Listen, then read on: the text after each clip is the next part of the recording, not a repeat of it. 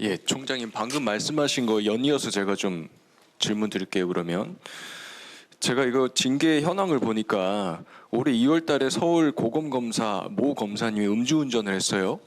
음주운전하면 이 검사 징계 양정 기준에 따르면 최소한 감봉입니다. 네, 근데 견책받고 그냥 퇴직했어요. 말씀드려도 되겠습니까? 네. 해당 검사에 대해서는 정식으로 형사 기소해서 형사처벌을 받도록 했습니다. 근데 그리고- 왜 징계는 이렇게 그리고 됐죠? 징계에 대해서 말씀드리겠습니다. 대검 감찰위원회는 저는 외부위원으로 구성이 됩니다. 제가 대검 감찰부장에게 징계 양정 기준을 반드시 지키라. 징계위원회 감찰위원회 가서 반드시 그걸 관철하라고 얘기를 했습니다. 그런데 감찰위원회 내부에 가서 구체적인 사안에 대해서 말씀드리면 이렇습니다. 음주운전은 0.03%부터 형사처벌을 하게 되어 있습니다. 감찰위원회에서 외부위원들이 보시고 0.03%를 아주 아슬아슬하게 넘은 것이다. 그리고 그 전날 마신 술로 인해서 점심시간에 숙취운전을 한 것이다.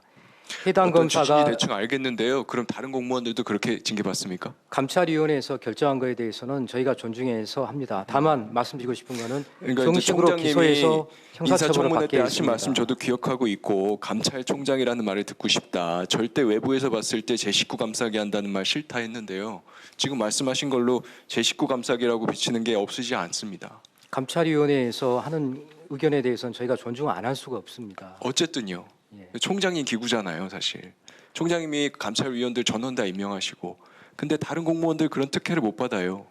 제가 알기로는 다른 공무원들도 만약에 0.03%를 아슬아슬하게 넘은 경우라고 하면 알겠습니다. 예, 확인해 보시죠.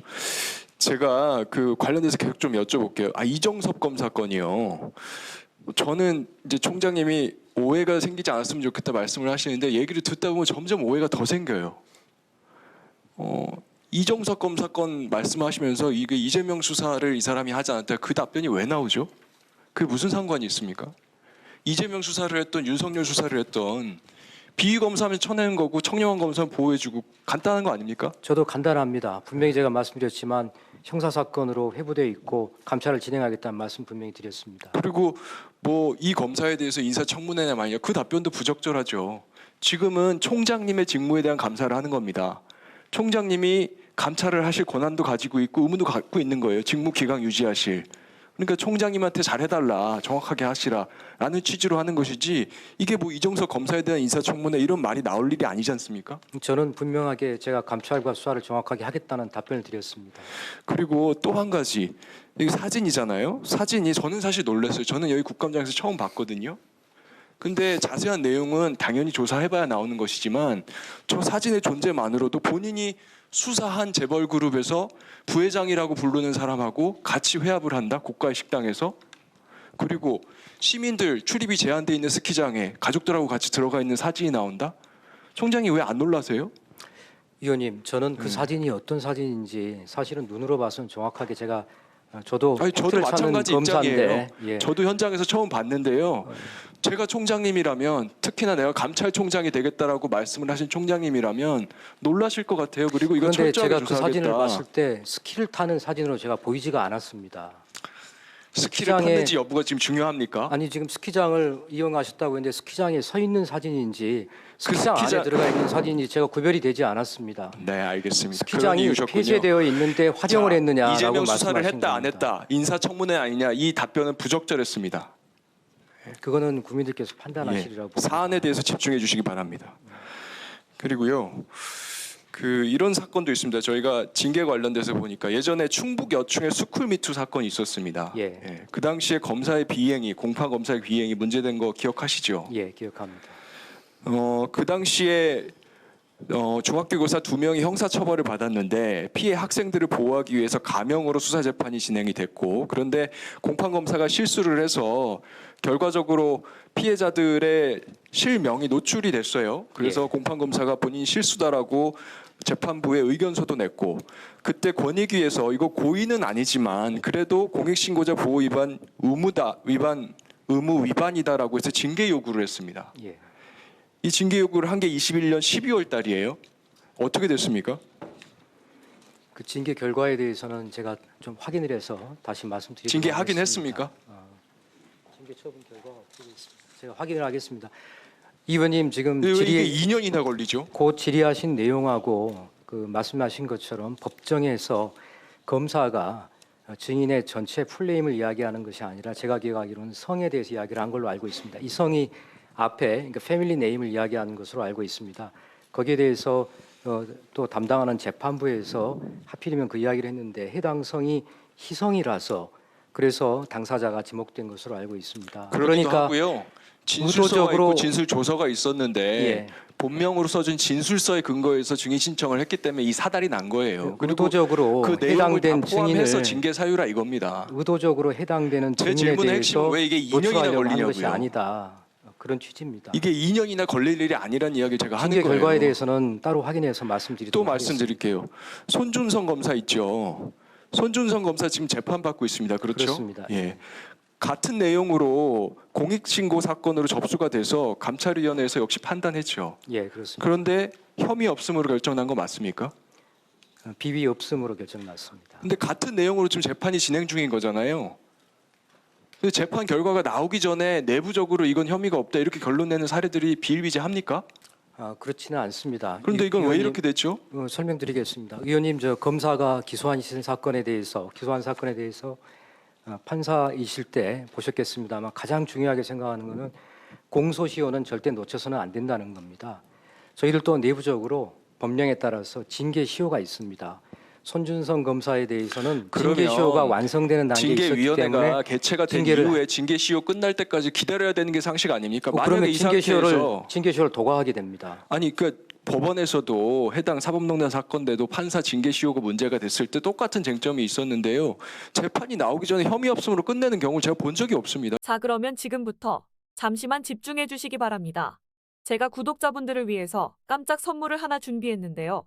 제가 항상 여러분들께 뭐라고 말씀을 드렸나요? 뉴스만 평소에 잘 챙겨보셔도 돈이 된다, 돈을 벌 수 있다라고 말씀을 드렸는데요. 자, 여러분들, 여기 보시는 이스라엘과 하마스 전쟁 같은 뉴스를 보게 되면 여러분들은 어떤 생각이 드시나요? 그냥 뉴스만 보고 끝내는지, 아니면 이 뉴스를 어떻게 이용할 수 있는지, 이 부분을 고민하고 계시는지를 되물어보고 싶습니다.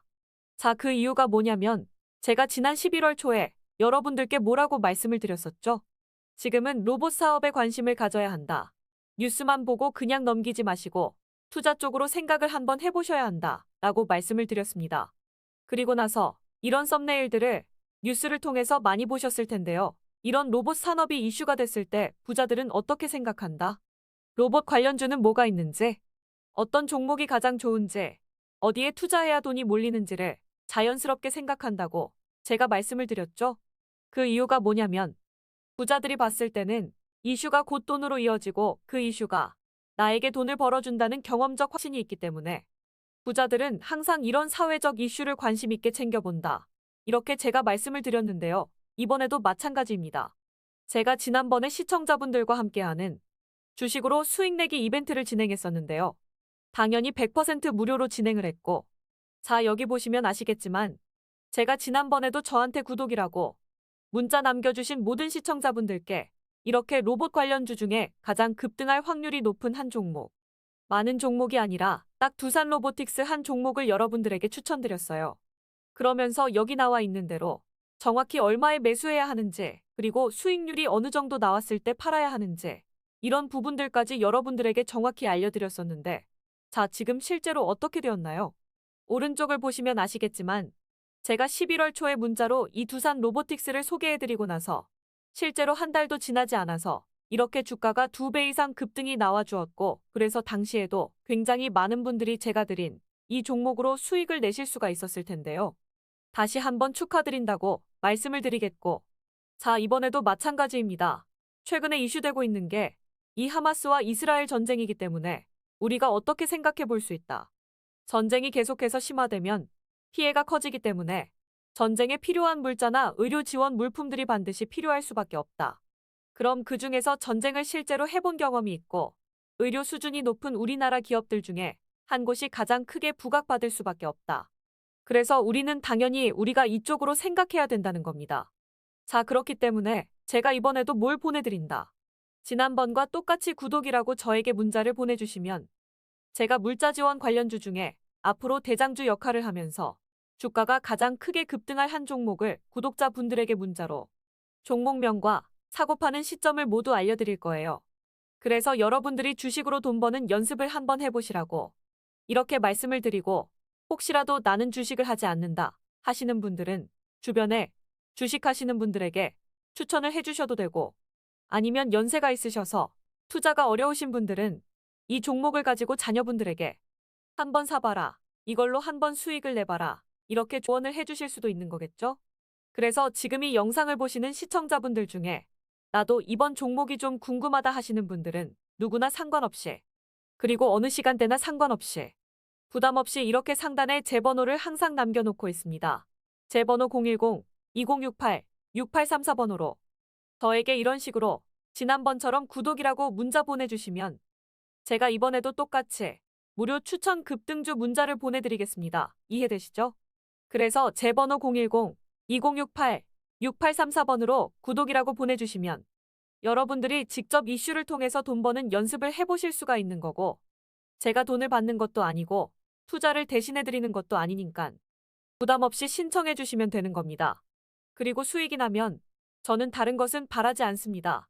제 채널의 구독과 좋아요 한 번씩만 눌러주시면 됩니다라고 이렇게 다시 한번 말씀을 드리겠습니다.